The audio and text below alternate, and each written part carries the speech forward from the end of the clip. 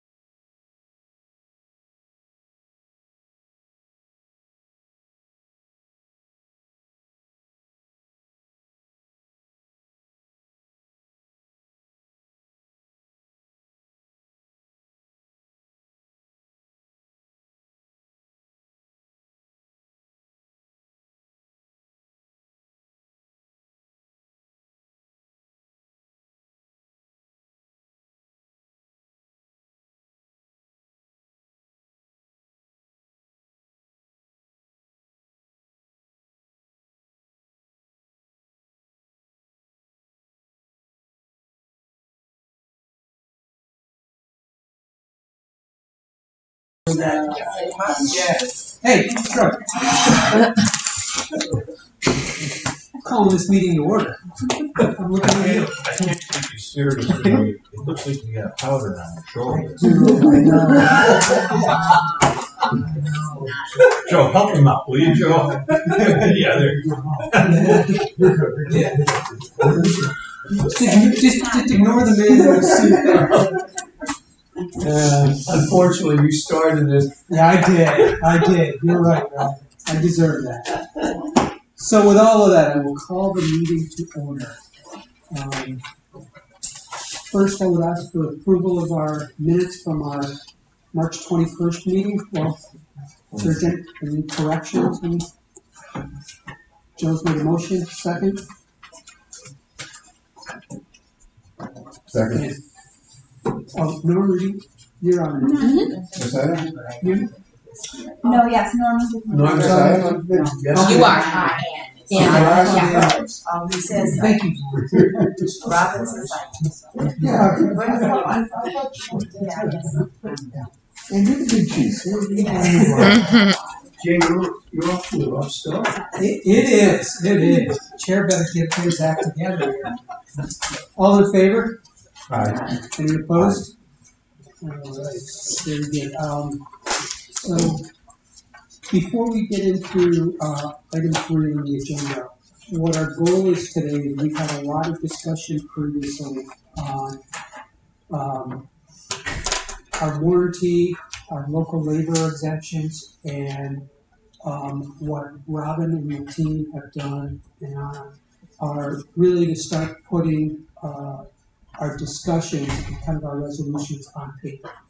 And really the goal today is to actually put these things into action. So in the packages, there were the proposed changes to the policy. Robin, I don't know if we want to go through them, if you want to point them out. Has everyone had a chance to look through them? Yeah. I'll let Rachel do it since she's really the author. Guilty. So what the changes are meant to encapsulate is our prior discussions. I think you'll see that it's substantive, but it's more explanatory and increasing the detail in the policy of what documentation our exemption processor, Brian, will need in order to grant a waiver on any of the grounds. So the red line, we can give you a clean too if this is too hard to read, but we'll start with warranty. It's meant to call out in a bullet the required documentation specifically so that we can figure out if there are third-party installers locally that have the certifications or can easily get the certifications necessary to do the install. Sorry, go ahead. Yeah, and I just want to emphasize that last point. That is really the spirit that we've been trying to achieve here, which is to give our local contractors and our local labor the opportunity to actually get certifications or get qualified if they choose the training, whatever it is, to be able to participate in whatever project is asking for the exemption, and to be able to do so with a reasonable amount of time frame. Because there's a balancing act. We don't want to hold up the project, but at the same time, we want to give the local community here an opportunity. So that's really the reasons for all of these clarifications, is so that we can get that specificity. So to that point, is there some way that we can, in the application process, because at every meeting, and you ask that question, are you aware of local labor? Do you anticipate? Do you know the 45 days in advance? Some of these waivers, they aren't disclosing them to us in the beginning, and we know that it's in there. It's just not. There's not enough teeth to help us get through that, right? Because now we're seeing the 45 days is becoming, a challenge, right? But I'm going to give a perfect example that I keep going back to it because it's the easiest one. The epoxy flooring, right? Well, I can't remember the contractor out of New Jersey, but locally we do have an equivalent product where if you go to a specification on a submittal, this product, but because that product was owned by the contractor, the subcontractor, that was followed under warranty. There's no qualified, certified installers of an epoxy floor. But when we dug deep, we found that, there was two different products, just one was monopolized by a certain installer. And that's where I don't know what we could do to help when, Ann, you ask those questions, to really get into the weeds. Is it something that we need to get more in depth on the project to help? Let me just say this too. I think every time you make moves like this, you close the gaps for them, right? So whenever we tighten this up, and I would agree with you that maybe they come in and say, well, they know this is better than we do in most cases. So they'll come in and they'll know where there's gaps and holes. And I think every time that we collectively get together and Rachel does a good job of closing those gaps, I think you're just going to get less and less of that happening to us. Just food for thought. The one thing, I agree with Joe that we do want to, this is kind of a little bit of a cat and mouse game. We close the gap, and then we see all of a sudden something spurts out in a different place.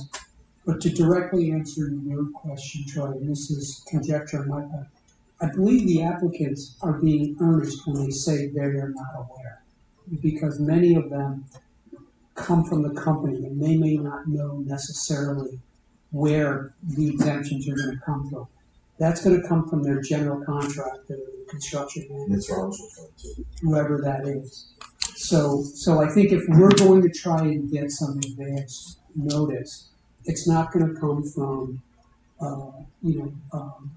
Mr. or Ms. Executive who's representing the project. It's going to come from their contractor. And I think that's where we can maybe try and attack that to say, hey, we realize it, but, is your GC, whenever they engage that GC, that's really the point where I think you're going to get a more educated answer to that question.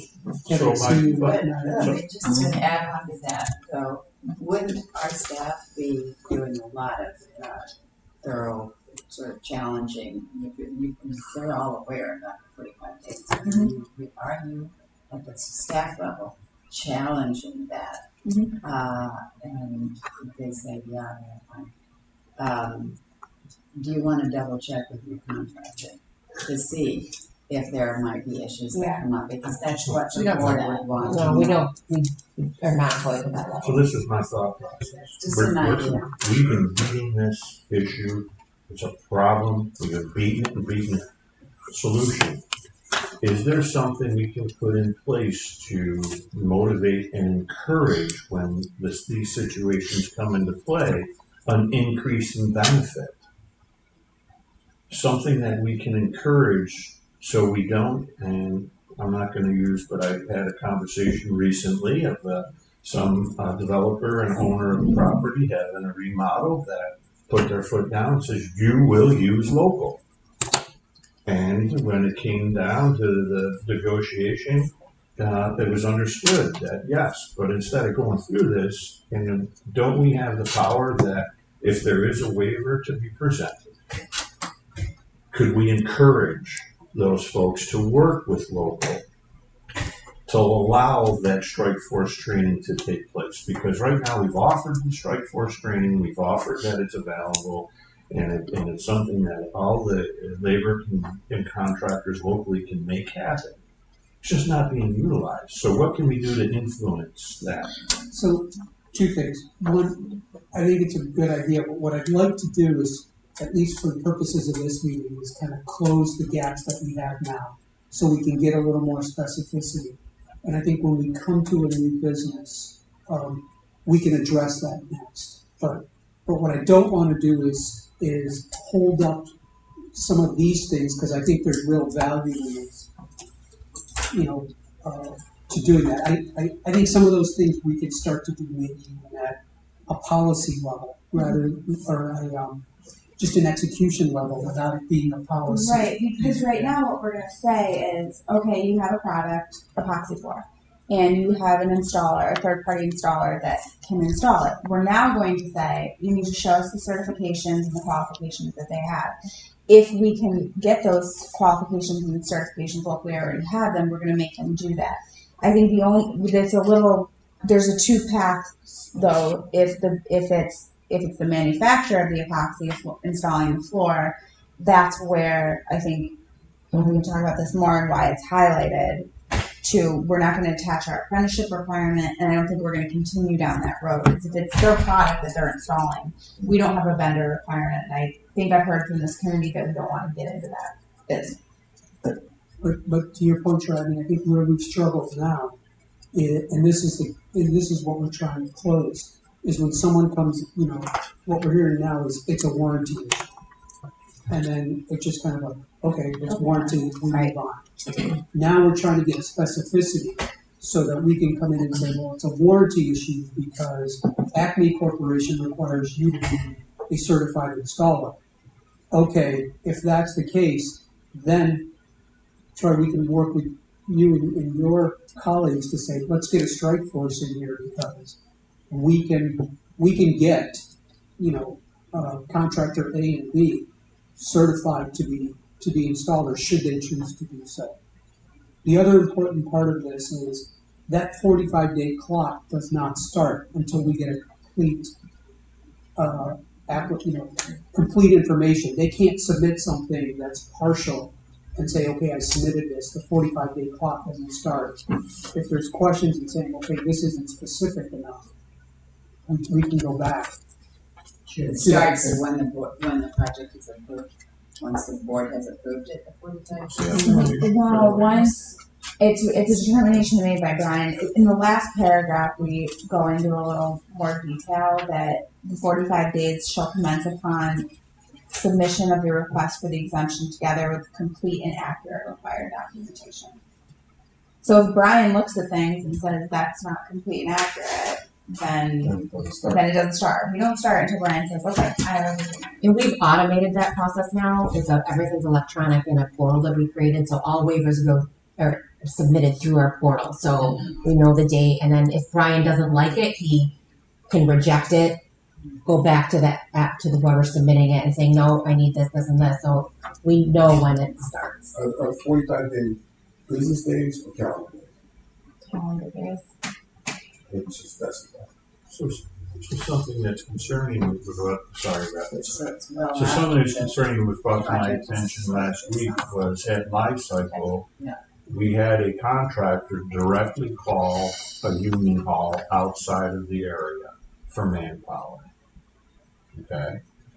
And there was 2 waivers granted, and the business manager brought to my attention, how is it the contractor or subcontractor at Life Cycle is picking up the phone and calling another local union inside of New York, which happened, and is here, and I didn't know about it. Now, that's our issue to deal with, but this is where the confusion comes in when you jump over the local union hall. The dispatches got to be controlled through the local hall. The paperwork gets all screwed up, and the traveling member comes in to work on a project because it was skipped over. Now, he had 2 letters. He had 2 letters for COMIDA on these waivers that were granted, and he had no communication. I didn't know about it. He got the letters, and he was going, how is it a contractor is now allowed to call another entity to get manpower without including me? So there's some confusion. So not from the 10-county area? Correct. Is this the one where it was approved for the Buffalo and the Syracuse halls? I think the letters go back to February and April, I want to say, of this year. And that kind of was thrown at me, and I didn't know how to respond to that. So there's. But it's not. So Because it's just all about relationships and who. So who they have a felt- connection Yeah, there, maybe. connection and they're gonna use. There's a lot, you know. But another thing that to go back, I still am concerned about the specialty Okay, language. So we've also had warranty become specialty as it morphs through the process. so we'll come to that in a minute. Right. Sorry that. So, that's okay. So, to go along with what everybody's talking about, I'm not sure, so there's a disconnect with the owner of the business and the general contractor. So would we add, when Ann asks her questions, would we add something like, will there be waivers? Or is the general contractor aware of waivers? Or does part of that get done ahead of time so that the owner of the business has to communicate with the GC? I'm thinking that because there's a disconnect with this whole thing, and I'm just wondering, just to include, will there be any waivers or something like that? We're making them aware that we need to know about that ahead of time, because the 45 days goes quick. I just think whatever we do here, we have to put teeth in this and make it so clear that they understand what the expectations are. And Mr. Loki's out with the folks all the time. And what we need to make sure that people are adhere to this. I've dealt with this many years with a roofing product, for example. Every contractor had their own specific roofing product that they wanted to use. And we had this standard that, guess what? This is our basis for design. This is what we're going to use. And as we use this roof and we use this criteria, it's okay. But one contractor does know only this person can apply this. And we're at this where it's becoming very restrictive. And what we have to do is break down those areas of restriction. And there's got to be some type of language we can put into this governance package that takes down that area of restriction that's giving the manufacturer more to hold there. Well, no, I think those are two separate things. And Kevin, I don't want to speak for you. I think this is about giving the exemption. Right. So once the exemption is granted and there's non-local labor, that's what Kevin's going to go enforce. Here it's about, so I'm going to go back to the example that you just referred to, because I think it's an excellent example. I don't think we want to get into what somebody wants to use. Exactly. Right? I mean, if it's public work, it's a whole different animal, right? You don't want to have a single source.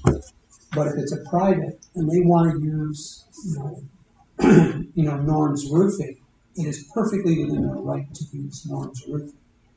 Now, if they come in and say, we have a local labor policy, now these are the two paths. In order to install Norm's Roofing, Norm and his company install it themselves. If that is their MO, then local labor really doesn't apply. But if on the other hand they say, well, you have to be certified from Norm's company in order to install their product, that's what we're trying to get to. Exactly. As it stands right now, we didn't get that level of clarity. All we would get was, hey, it's a warranty issue. And that was it. And that was it. We see the And, warranty language. and then that was like, okay, we're going to grant the waiver. And Troy rightfully has been coming to the table saying, hey, wait a minute. Let me find out some more detail, because if it's a matter of getting certified, becoming a certified installer from Norm's company, I can go to a couple of my folks and say, hey, I can do a strike force. We can do a training. We can do that within sometimes a week or 2 weeks. And we can get a few companies here, certified, and then they can bid on it. That's what we're trying to fix here. Yeah, but I'm going to go back to what Troy talks about all the time, this rack system. I've learned too much about the rack system. And that's a prime example of why can't we have local people do that? And we need to have the teeth in this doc. What I'm saying, the point I'm making, maybe I went about it the wrong way. we need to put it in this document, having the teeth to support whatever we decide. So we do have Kevin kick people off the site, right? Okay. So that, to anyone who's done a major construction project, I don't think there's anything worse than Right. having Yeah, everybody's out. everybody's out. Like, so we do have to. So let me say this to you. I think, again, back to what we were saying before. I think as we progress, we're going to find more holes than we're closing today, and I think that'll be, we're going to get better as we go, right? So someone will catch us, we'll close it, and that's how I think we need to look at this. So what we have in front of us, we close what we know, and we continue to do that. And then I also think the second part of it is there's got to be consequence, right? So you're going to throw people off the job site, which to me, to Rachel's point, if that's my job, that's the worst thing that can happen. But maybe it's the second worst thing that can happen. Because then if it happens again, and then maybe I lose my benefits, then I think there's got to be a heavy consequence to what's next. You throw guys off the job, and they still go back and do the same thing to you again. What's the next thing we do? And I think so there's two pieces of it, right? We need to make sure that we close as many gaps as we can for people to fall through, number one. And number two is once we have these closed and they don't line up with us, then there's consequence, and it's meaningful consequence. And the other part of this is we can't control. If I do a job and I hire Jay as my contractor, and I don't communicate to Jay properly, we can't control that. That's going to happen, and that's why there's consequences. That's the other gap. That's the other gap that you're talking But that's what I'm saying. Yeah. I mean, I hope you guys are listening to me when I'm saying that. I said this document needs to have teeth. Yeah. I mean, if you didn't hear that, you're not listening to me. I've read your report so many times that you find people that don't have ID, they don't have this, they don't have that. But yet still, they come back, they bring it, or you have to take them off. Mm-hmm. We are a entity that has financial impact. And if they keep doing it, there has to be some skin in the game. And that's what I said. And you guys are going all around. I'm saying this document has to address that. You have to say that there's going to be a financial impact to you for not complying. The first one could be a warning, second one, whatever. But if you keep just saying, okay, bad boy. Yeah. So you got to have teeth. I don't disagree with you, but what we're trying to accomplish today is right now the issue we had with warranty was the generic Brian coming in and saying, I'm asking for a waiver because this is a warranty issue. And in the past, it was very automatic. Okay, we're going to grant you the waiver, and then Kevin knew there was a waiver, and they could have non-local labor on there. What we're trying to do here, it's different. I'm not disagreeing with what you're doing, with what you're saying. I think we need to come back and address that. What we want to address today is on that warranty issue. Right now, the issue we're trying to address is that many times our local labor, our contractors, are not given a fair shake to get the certification to be able to compete. And now what we're asking for is if you're going to come back with a warranty issue, we want more information because we want to give our contractors the opportunity to go get certified. If they get certified and choose not to bid, then the waiver comes back for a different reason. It comes back that there's no local labor, nobody bids. But I understand what you're saying. But just please let me finish. I want to close that right now because that to me right now we're not giving our local labor a fair shake. If they choose not to bid, even though they are certified because they're too busy somewhere else, or then we have the other situation where they bid, but the out-of-town contractor is 25% cheaper, and they're given the opportunity to match and do not, then we can grant the local labor. I think what you're referring to is when we see offenses of the local labor, when Kevin goes on site and finds non-local labor that he's not expecting.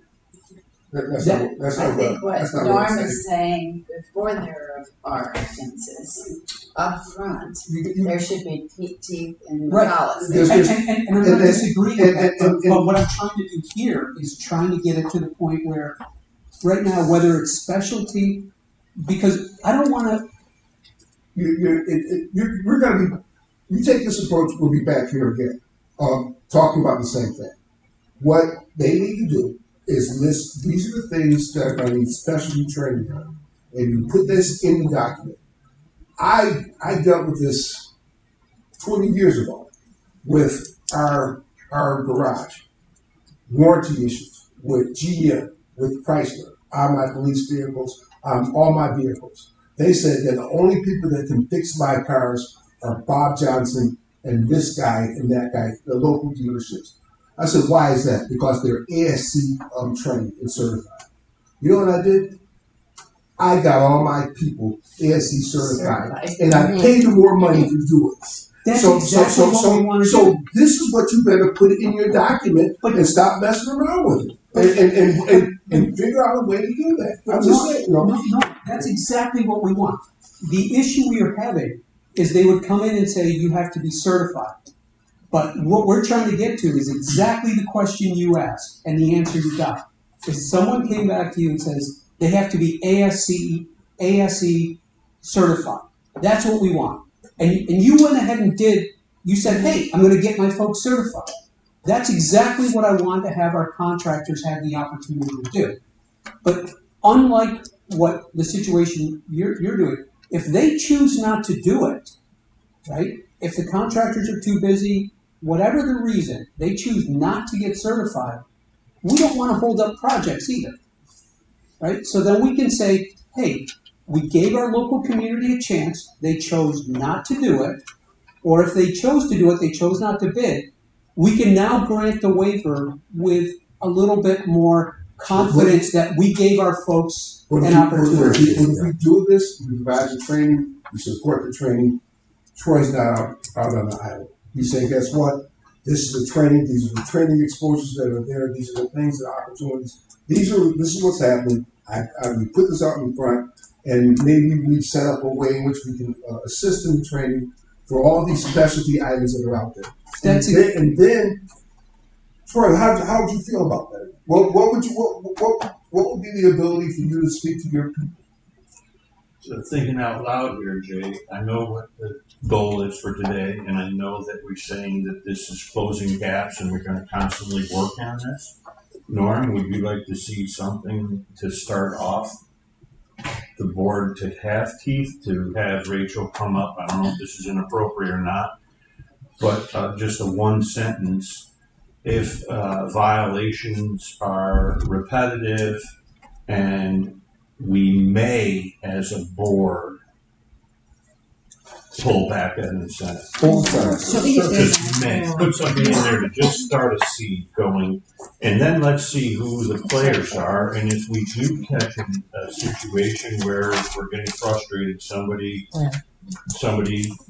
violated and we get it caught, is there something that you could put in there that, and maybe put a ceiling on it, maybe? Yeah, it's in there. It's in, if you look if it's on the second page of the policy that you have, Violation has it's occurred, in the it. project monitor shall notify the applicant contractor. And the bold part. Give applicant warning of violation, 72 hours in which to correct such violation. The Upon bold evidence part. of continued noncompliance or additional violations, the IDA and or the project monitor shall notify the applicant that the project is in violation of the local labor policy and is subject to IDA board action, which may result in the suspension, revocation, termination, and or recapture of any or all benefits conferred by the IDA, right there on page. And what I was trying to say a few minutes ago is, so us as a board, as you close these gaps, when he finds a violation, instead of continuing, just keep throwing him off the site and do nothing, we get together and go, okay, Joe's contracting has violated this thing, I don't know how many times as a board we want to discuss, and we say, okay, enough. Then we take a firmer hand. And my perception right now is we don't have a huge problem with repeated offenders. In terms of when you kick people off the site, I think we've had a couple of instances where you come back again and that contractor has out-of-town labor. The issue we're having right now, and what we're trying to correct here, is we're getting too many warranty exemptions without knowing You're correct. what the certification is. Correct. And I want to know that so that Troy can All go. the details. That's it. That's what we're trying to fix right now. And that comes down to specialty as well. And Troy, I come back to the bolting, right? You know, when someone comes in and says, okay, we need specialty skill or specialty certification, I want to know what that is. If it's a welder, it's AWS, certification this. Norm, I think of it back in going back to my business. When you're doing soil testing, you have to be, you got to be NetSep certified C1. Right. That's what I want to know. Because if you tell me that, I can look and say, okay, I have 14 people that have that certification. And that's what we're getting to right now, right? Because what happens currently is we get this generic statement that it's special or it's warranty. And Troy raises his hand and says, this is freaking bolting. We've been doing this forever. A first-year apprentice does this. Tell me more. And there's nothing more to be had. What we're trying to do is correct that. So Troy can come in and say, okay, now that you've told me, I know that I have this. Or, heck, I can get someone to get that. And we can bid on this job. That's what we're trying to fix here. Because we're not getting that.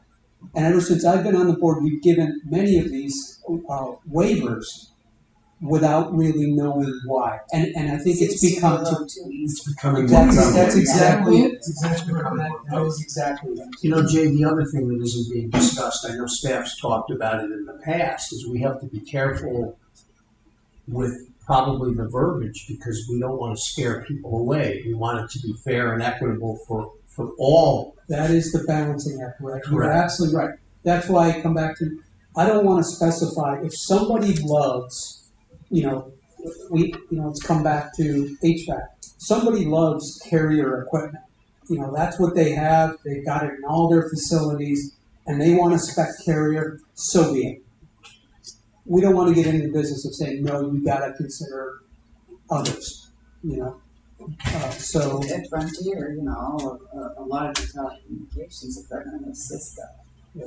Here, and if you want to install, that equipment, you need to be certified by Cisco. This is part of the, that's it. So sort of to your point, we got everybody trained, That's it. Be Cisco certified. That's it. And we want to know, it's not only Cisco trained, it's Cisco, this is what the certification will need. Right. Exactly.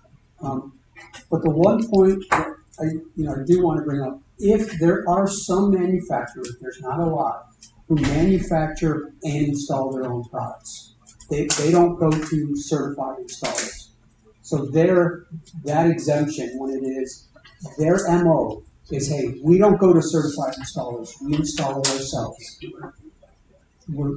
That's going to be a waiver. We just want to know that this is all manufacturer installed. Yes.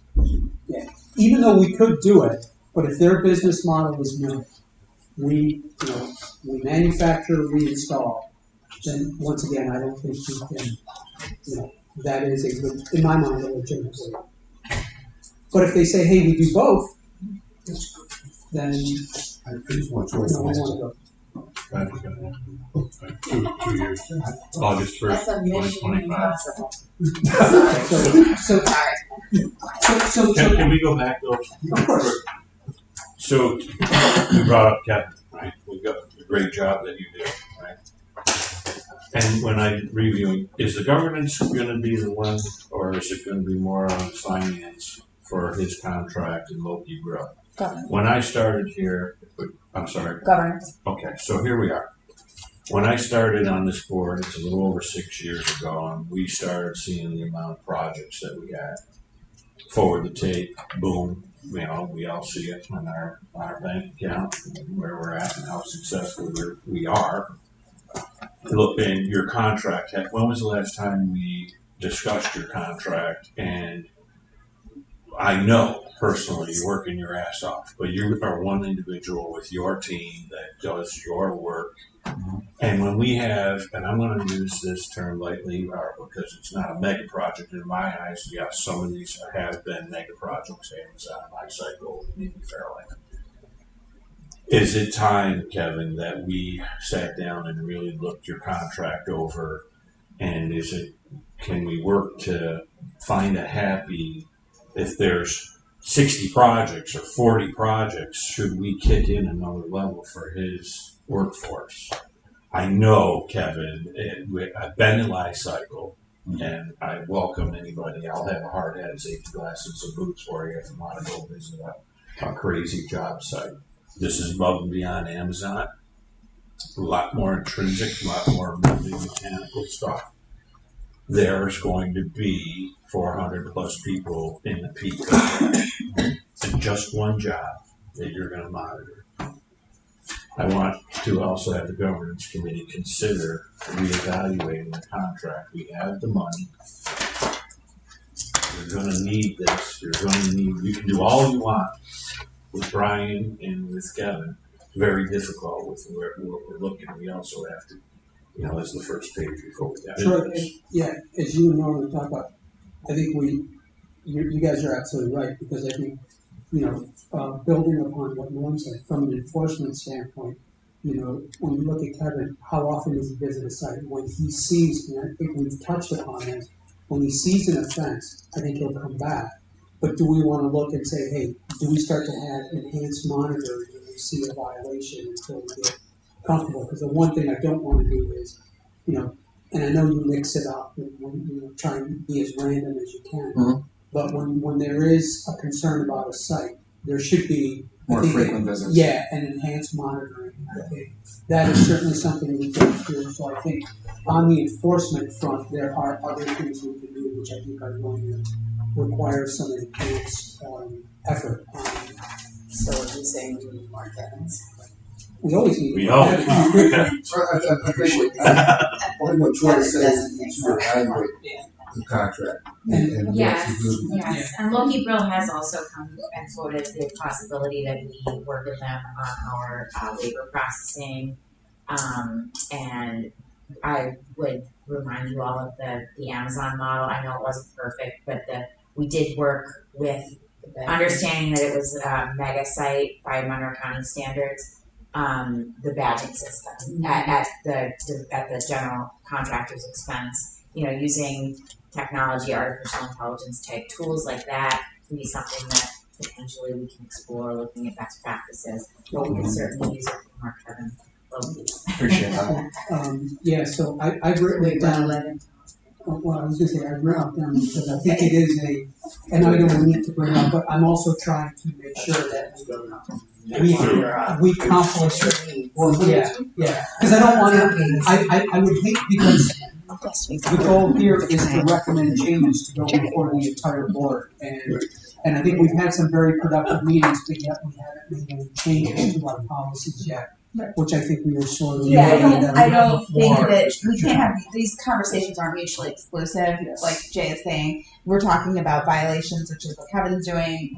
I think the intent here, and it's fine, we gotta have these conversations too, but it's to talk about the policy, how to handle it up front, waiver processing, even slight terminology changes will make a big difference. We did add a signature line for the general contractor to sign the local labor policy when they get their sales tax packages. We have that. Robin opens most conversations with applicants saying this board takes local labor very seriously, but the key to it, and she says this all the time, is communication. So we come out hard, we're very serious about this, but we're here to also work with you. So we do, having listened, I'm hearing a lot of things that we do and a lot of things that we can always do better.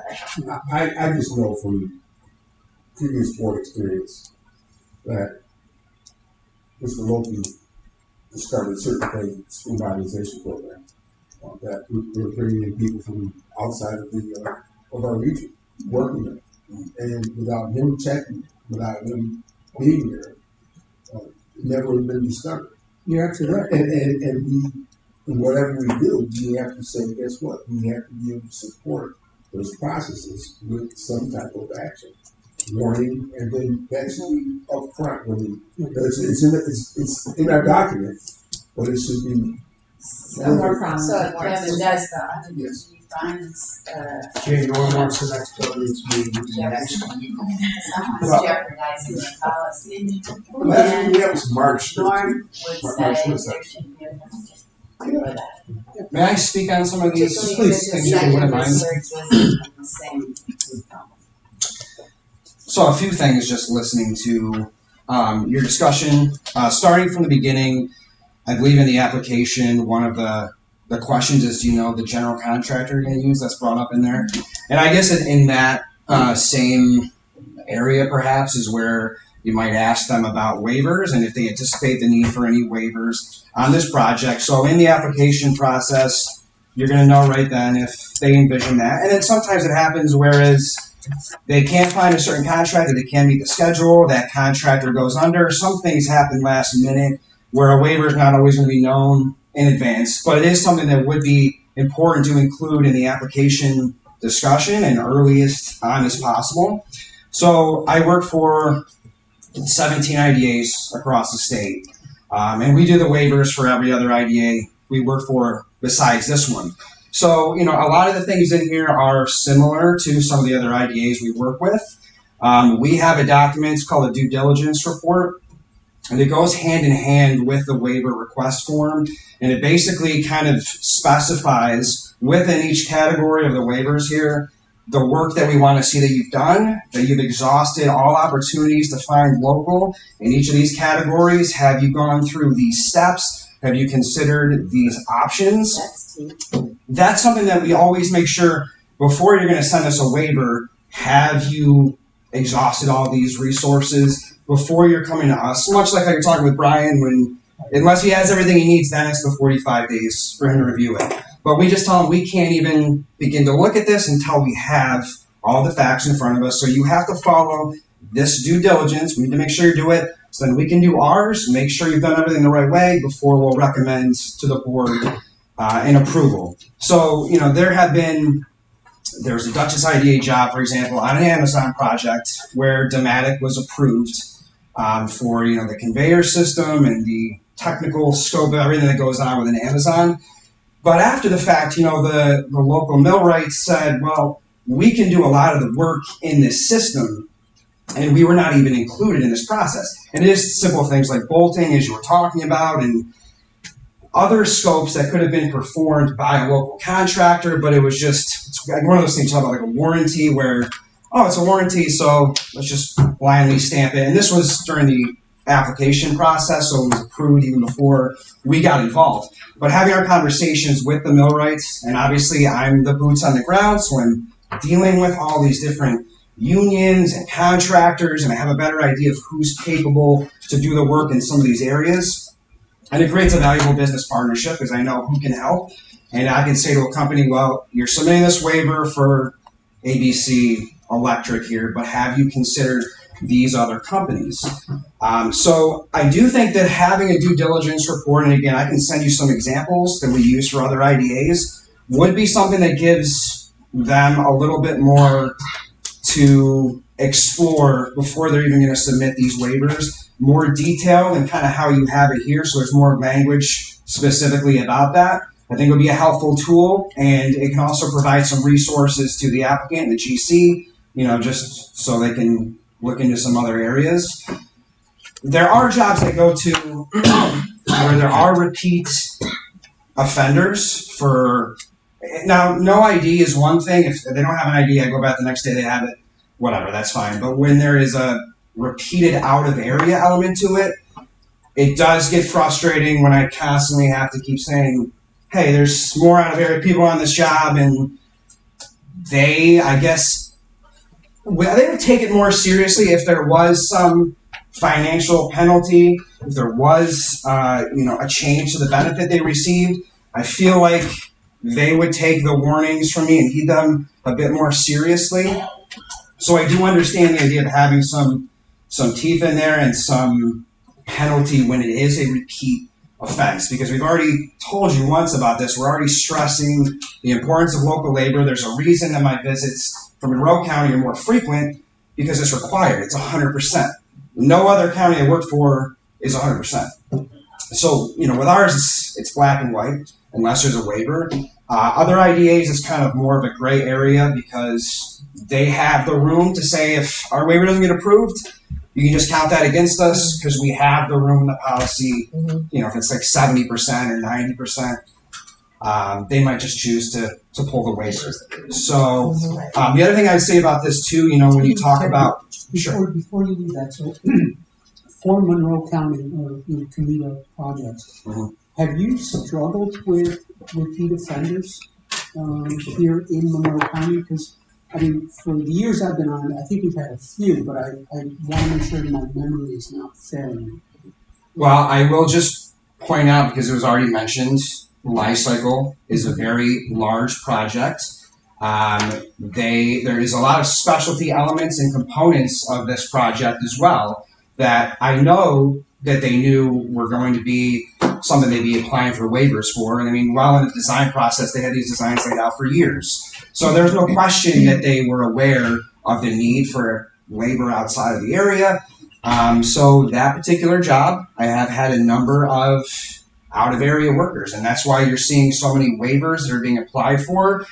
Granted, later than that 45 days, certainly, but things happen. But that's one, where I run into it almost regularly now. Almost every visit, I'm running into out-of-area people. But to me, if they're out-of-area people that we granted a waiver for, that's not a violation. Correct. But they're out-of-area without having a waiver. So that's a different issue. Correct. That is a completely That's blatant non-compliance when it's done over and over and over again. Right. And that's what I was talking about earlier. So there's got to be a consequence to that. And the only way to do it is there's got to be a process, right?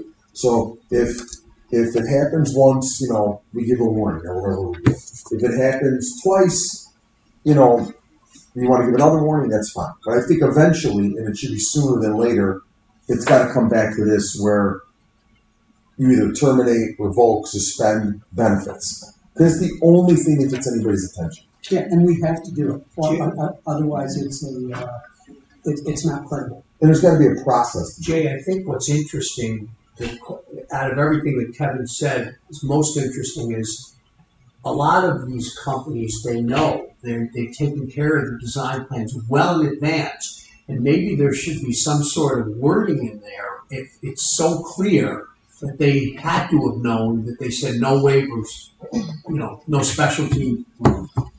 That's something else. This is good. We're not doing what we're supposed to be doing, but this is really good. No, and that is a great point.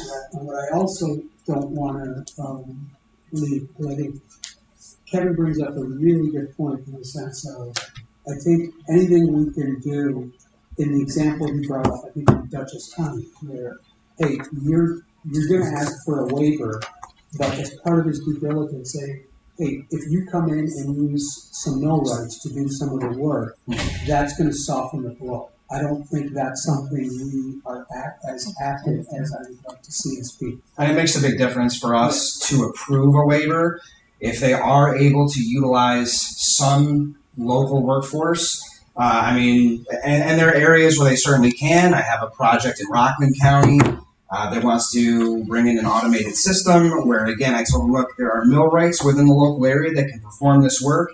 If you can commit to using 5 to 7 of the total of 30 installers, that would go a long way in us recommending the approval to the IDA. And the board, of course, in Rockland County is going to see that as, okay, you've made the effort. We do understand there may need to be some out-of-area workers here that are, specialty equipment certified to do that work, where there might not be others, but certain things such as bolting and welding that can be done locally.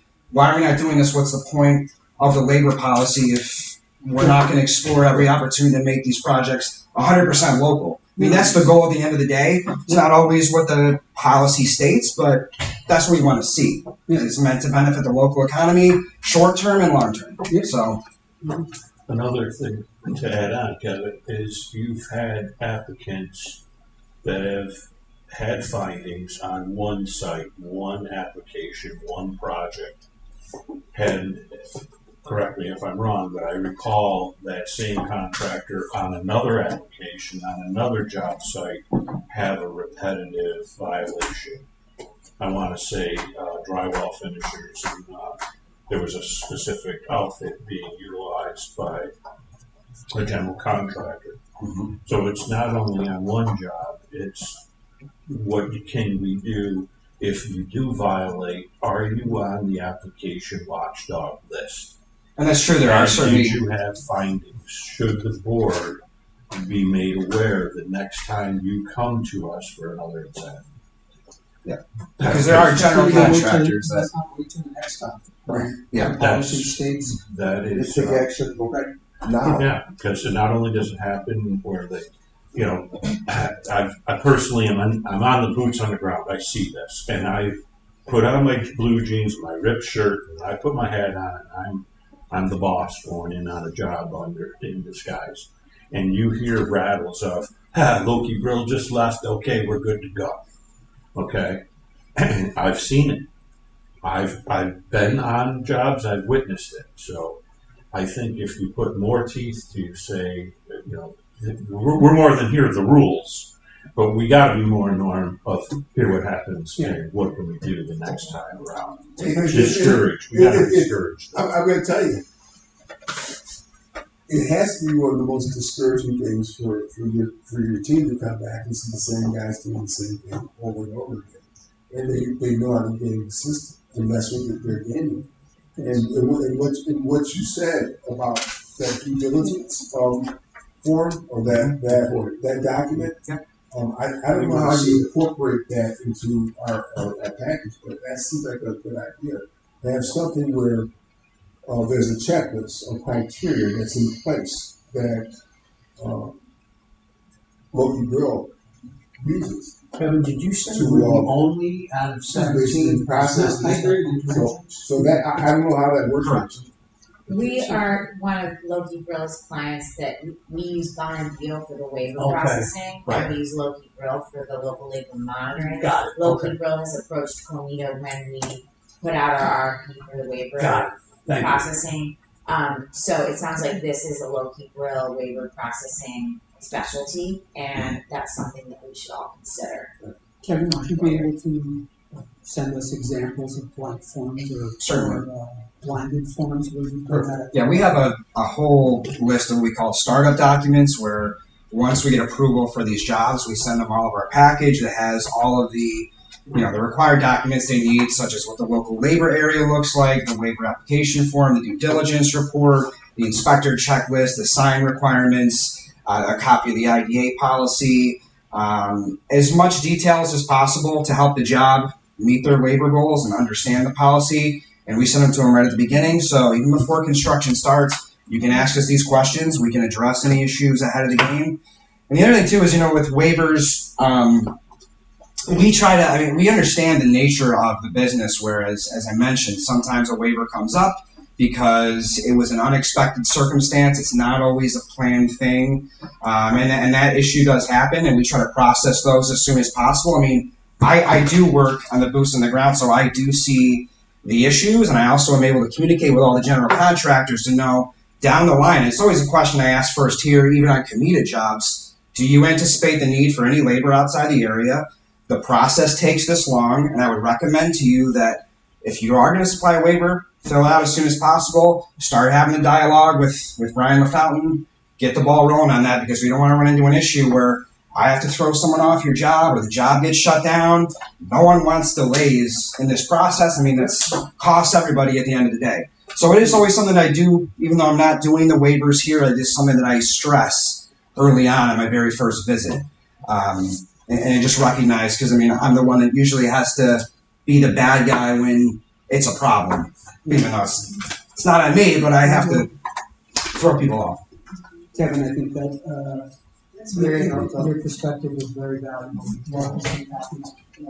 I would ask my fellow committee members if you could just indulge, because these are all great ideas, and I think we do need to have more frequent governance meetings, but I do want to start accomplishing things, because every time we leave this meeting without forwarding changes, is We just keep going on our. Yeah. I mean, there's more applicants that are not abiding by these policies, and I think there is value in making these changes.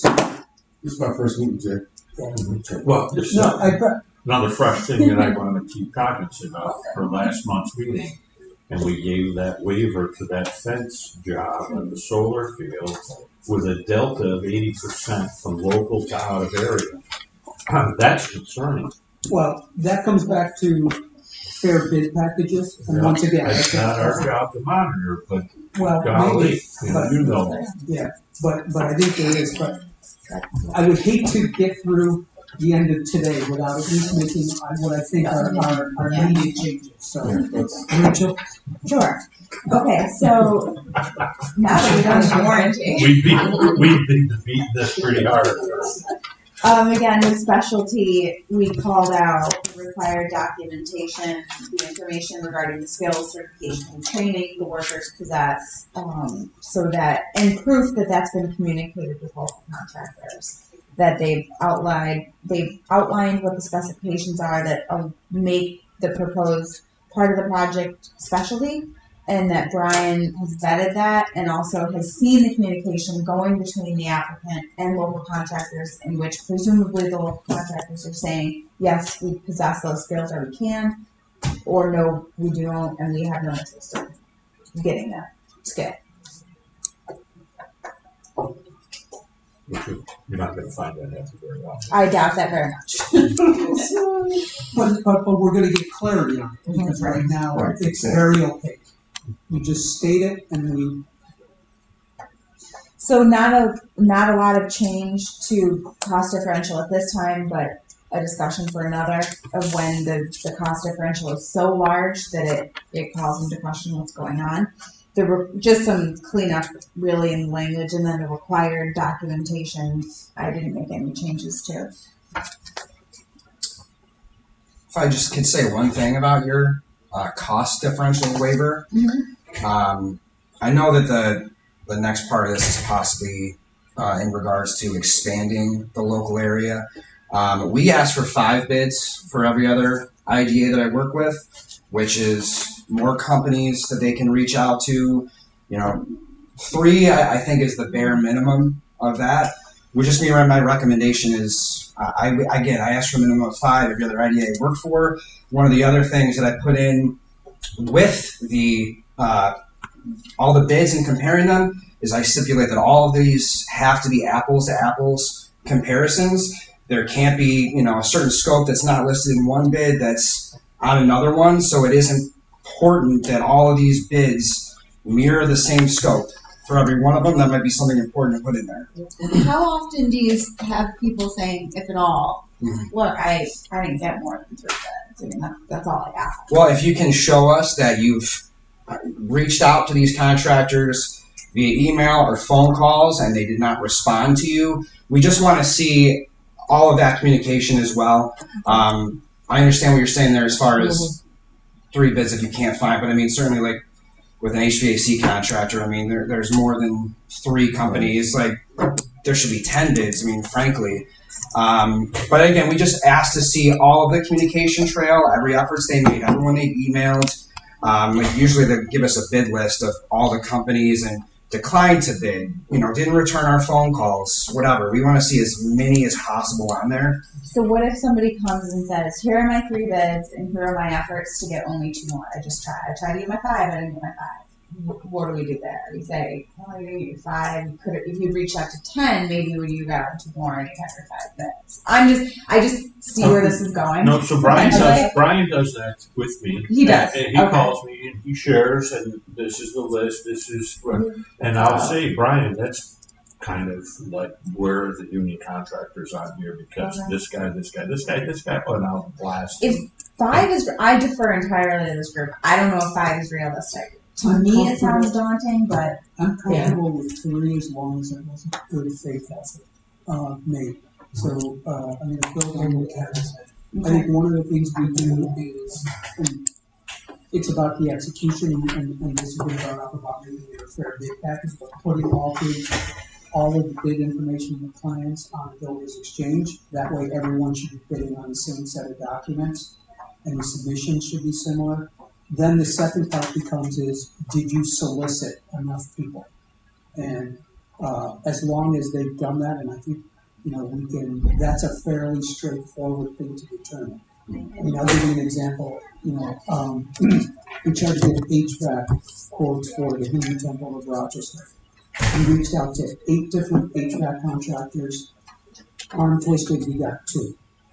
It's just an indication of how busy they are. So you showed your okay. Yeah, my colleague reached out to 8 contractors, called them 3 times, sent them the bid plans. We did walkthroughs. He didn't even get people showing up at the walkthrough, so it's an indication that people are really busy. But we made the effort. That's all we do. Yeah. So that's why I'm comfortable with 3. I got you. We can say 3 to 5, but Sure. I think 3 is enough if you do it right. Yeah. And again, it all kind of depends on the market Yeah. that we're in too. So. Identically.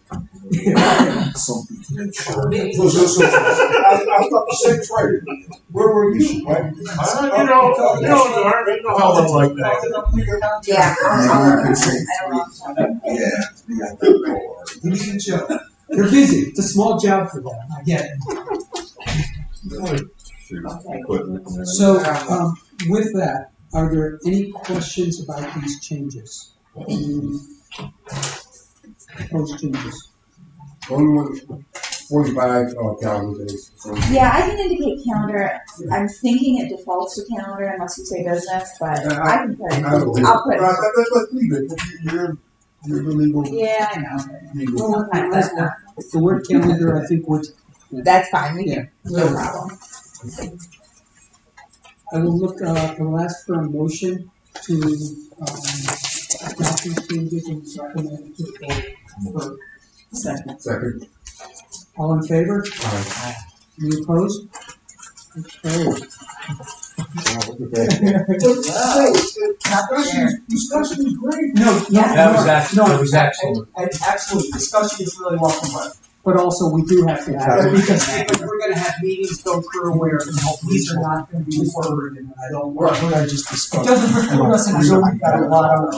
Garbage around the busy. Sure. Identical comparison. Some Absolutely, but it's a balance. We always just say like an apples to apples comparison where the entire scope of the company that you want to use, it must match every other bid that you're submitting. Equal scope. Consistent. Okay, I got it. Thanks so much. This is where the Good job, celebrator Jay. is having his birthday. He's still working. Yeah. What amazing. Robin, does the committee have time to talk about the local labor area? At least a preliminary discussion, if we can have 10 minutes? Yeah, 5-10 minutes just to get. Just to kind of get the Let's get the topic issue out there. Yep. Yeah. Yeah, we've staff internally have talked about this for a Couple years. couple years now about the need, if there is a need to expand the 10 county local labor area that we have, and we brought maps because we can't remember sometimes. And then, we've talked to Troy about it. Troy has an idea how to expand. And then Kevin called me randomly last week about, what he's seeing. I'm not going to speak for you, but go ahead, what you said to me. Well, I mean, I work at the Bill Stadium, and obviously we're building a new stadium across the street. There's going to be a lot of labor going to that project. Like 8 different steel contractors, to give you an example. So I know that, and then you talk about the Fairlight project, there's a big vacuum project in Genesee County. There's a lot of massive projects that are going to be happening where labor is going to be very thin. I mean, we see it normally. Similar to what we've seen during the COVID times too, with labor being relatively thin as it is. It's just something that I know is probably going to be an issue that you run into more and more, and you may see more waivers in regards to a lack of local labor in that 4th category there. It's going to be popping up more and more. And of course, I actually see on the ground where the out-of-area labor is coming from. And most often for me, it's Allegheny, Niagara, Erie, Onondaga, and Cayuga counties. That's where I see the most out-of-area labor coming from. Can you run those through again? So Allegheny, Niagara. They all touch the counties Yes. that are in our. Allegheny, Niagara, Erie, Onondaga, and Cayuga. Now, as I mentioned, this is the only idea that I work for where it is 100% local, so everyone has to be from in those 10 county areas, and thus there is a need for more waivers, and you see that more often. I do certainly understand, Genesee County, for example, is 90%, and it's over 14 counties. It's all of this local area, with the exception of Stu Bend, everything to the west. And even so, even on some of the projects, they're still not at 100% in every single one of them. But it is a very flexible policy for the applicant, as you might imagine, because there's far few instances of not being able to find a local contractor within those 14 counties. And you still have the 10% wiggle room if you need to bring in someone from outside the area. So I don't see as many waivers for that, unless, like with Plug Power or some of the other ones we're out with out there, where it's more specific. But it is something to consider, broadening that local area based on how stringent this policy is. I do like the policy. It's very easy for me to audit versus some of the other ones because, again, it's black or white. So if you're out of area, you're off the job. Again, I don't know what the thoughts are in this room on that, but that's what I would say. So is that a topic for another day? I think it is. Yes. There's a lot. Introducing thought and asking, frankly, Troy to help us. Yes. Well, it's in the building trades world, if I'm a taxpayer and we're a taxpayer entity, why wouldn't we encourage New York residences to come man our jobs if we can't man them in our jurisdictional area? The first thing I do when I run short is I pick up the phone and I'll call Buffalo, Syracuse, and Elmira, my 3 touching sisters, because I want them to reciprocate for me when they need help and they want it. So we work together. Now, when we were at Amazon, this was we offered this to Amazon. Let's stage this out. Let us help you. But we would really like all the trades, all the building trades, would like to work together on a state level because it is an IDA, it is New York State taxpayer. Let's exhaust New York before we go out of state.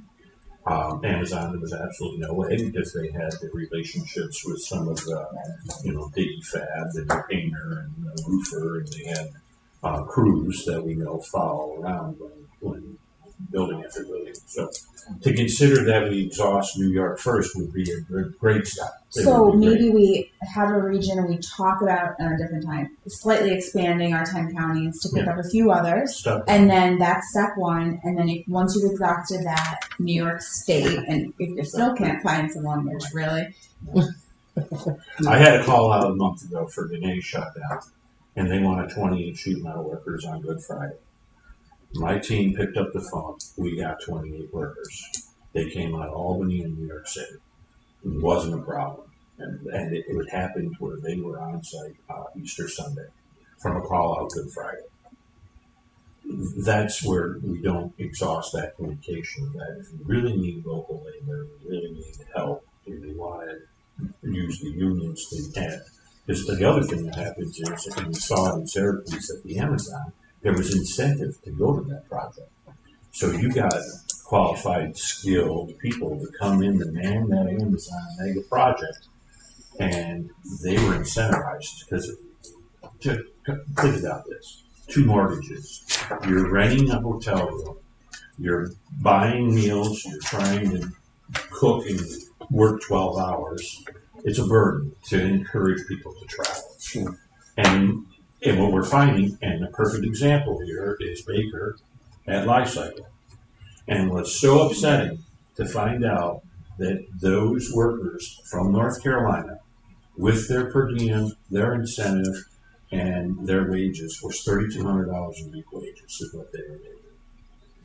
Now, how could you not hire a carpenter and mason to perform those duties for that kind of money? It's this relationship that Lifecycle has with somebody. And when they finally had the chase going up side by side, you do that footer, we'll do our footer, and the chase did 3-1. Baker's off the job. But how long did it take to get him off that project. They've been there since the first warehouse broke ground, And- and I think they're finally. And the applicants say to us, not just this particular applicant, but applicants generally say, we want to use local. It costs us less to use local. Yeah. Absolutely. And so what can we do to make sure that happens? So another project that I don't think was mentioned was Micron in Onondaga County that getting underway, so intended. And the 81. Yeah. Yes, it's gonna be just crazy.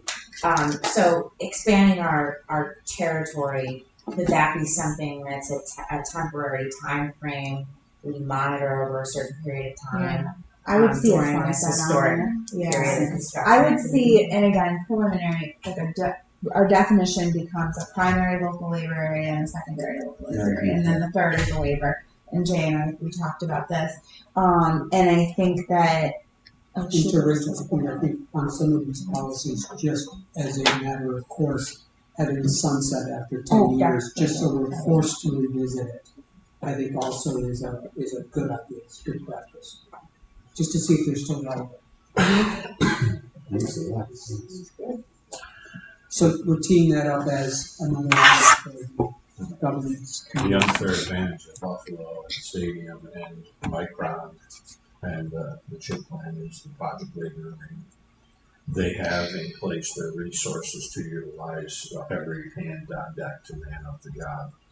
That's why it's so important for us to consider pushing that when Fairlight comes to our table. And we have communicated with Fairlight that a conversation needs to be had with the local labor community soon. And Fairlife got back to us and said that they want to get through some of the permitting processes, and then they're going to want to have an audience with our local labor community. No, we're here to help. We're here to help. It's all about it. You want?